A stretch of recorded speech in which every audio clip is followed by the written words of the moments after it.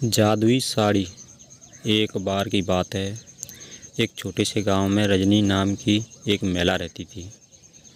वह एक दयालु और अच्छी इंसान थी, जो हमेशा अपने और अपने परिवार के लिए अच्छी चीज़ें चाहती थी।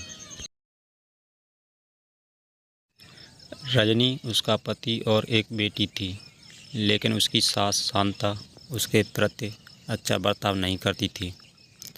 शांता अक्सर घटिया बातें करती थी और रजनी को दुखी करती थी।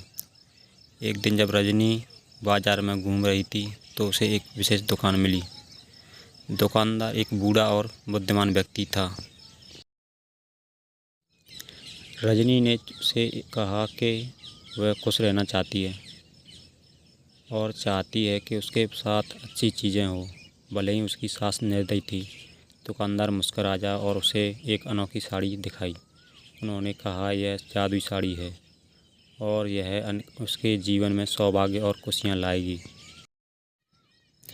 रजनी ने एक जादुई साड़ी खरीदने का फैसला किया और तुरंत उसने पहन लिया।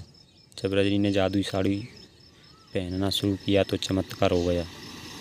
अब सास रजनी के साथ बुरा बर्ताव करने की बजाय उसके साथ प्यार और सम्मान से पेश आने लगी।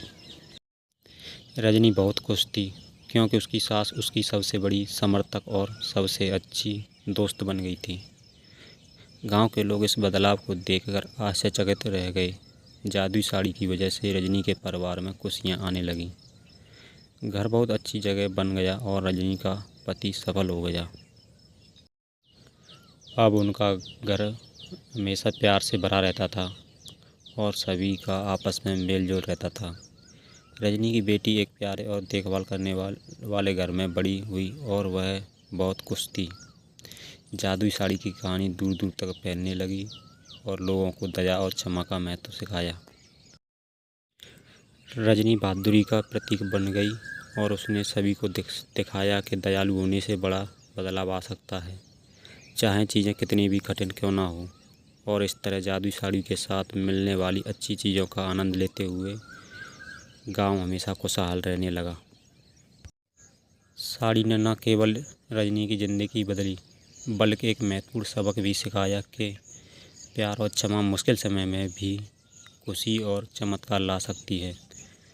दूसरे के प्रति दयालु होने से हम उनके और हमारे जीवन में भी खुशियाँ ला सकते हैं।